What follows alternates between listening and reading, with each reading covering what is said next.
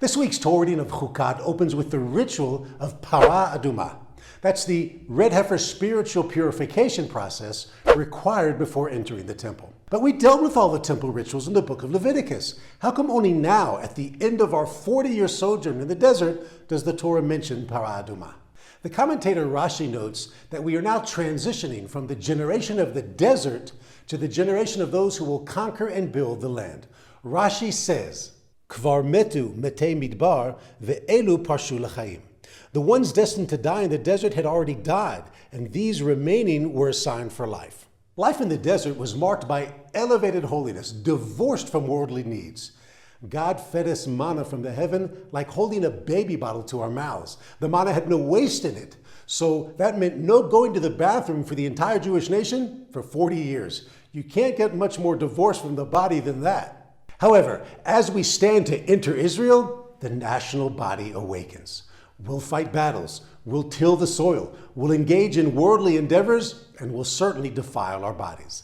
That's why the Torah waits until we reach the borders of Israel to introduce the ritual of the Parah Adumah. The first chief rabbi of Israel, Rabbi Avram Yitzchak Cohen Cook, wrote about this concept of applying lofty holiness to all parts of the national body in the land of Israel. In words that stirred quite a controversy, he dared to write, "The exercise that young men in the land of Israel engage in to strengthen their bodies, to be courageous servants of the nation, this perfects the spiritual prowess of the exalted righteous."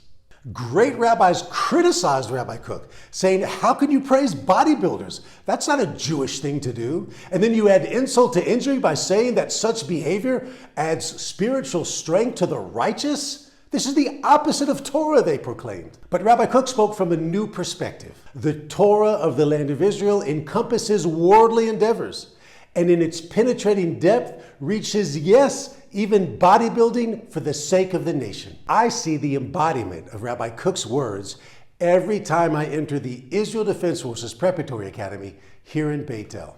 Youth enthusiastically engage in physical training alongside rigorous Torah study. In these unsettling times, Jews from all over the world are telling me that they sense that now too, we are transitioning to a final return to the land of Israel.